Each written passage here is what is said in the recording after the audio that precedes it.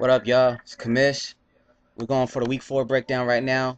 Gonna do a little something different this week. I'm gonna do a video, so everything's gonna be off the top.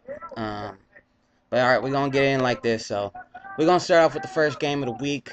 Um, don't be embarrassed by your tiny dicka versus lick my capper, stroke my nick. And it's obvious that he licked my capper and stroked my nick all at the same time, as I pulled out a victory of 91 to 81. The game came down to a kicker, and we all know kickers ain't gonna pull out 15 points.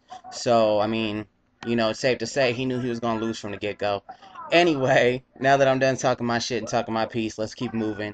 Um, Riley Cooper gonna lynch these black men, tried to lynch fucking Peds and game-winning INTs, and he just couldn't make it happen, man. The lynch mob just wasn't strong enough this week. Peds and game-winning INTs just walked all over his ass. Took it with a 94 to a 77 jump. There was almost no question that was gonna happen. And then we have the matchup of Party Well players and Iron Chef of pounding Vaj. The Party Well players was able to sail to a victory over the Iron Chef pounding a Vaj. He wasn't able to pound that Vaj good enough this week. I guess he didn't check his recipe when he was setting his lineup. I don't know what happened, but he took it over with the 102 Party Boat to 67 for the Iron Chef. Next we had Suck It Easy and Getting Musky with Sandusky.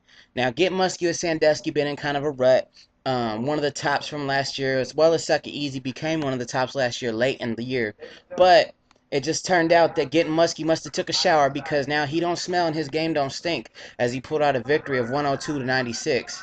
However, I guess Suck It Easy really did have to suck it easy this week, so we're going to move on down to one of the craziest games and one of the craziest scores of the entire year so far. You look at this right here where you got Cock Blocks. She been a champ all year.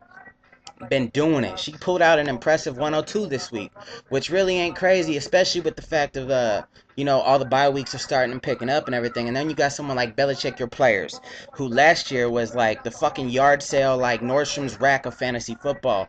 Anything you want, you could get it for cheap. He was like a drug dealer on the side of the street.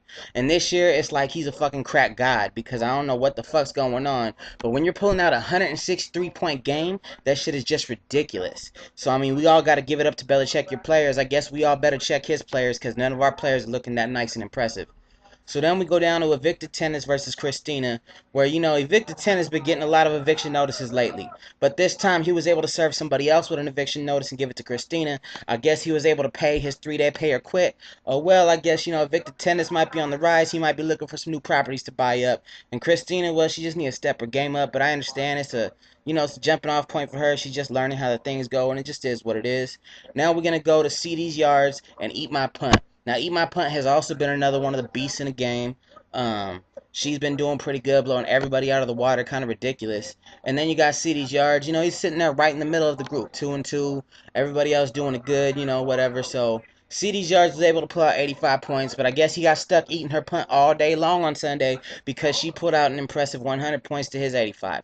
Not the score was so impressive, but she beat him, and that's all I'm trying to say. But anyway, at this time, there is one person that needs a special shout out, because no one's been able to stop him yet. His legs have been unstoppable. He been running and stomping all over everybody in the league. Peds and game-winning INTs. He's doing the shit. He's doing the most right now. He's 4-0. Anyway, until next week, we're going to try something different on week 5. Anyway, all hail the fantasy gods. Commish is out.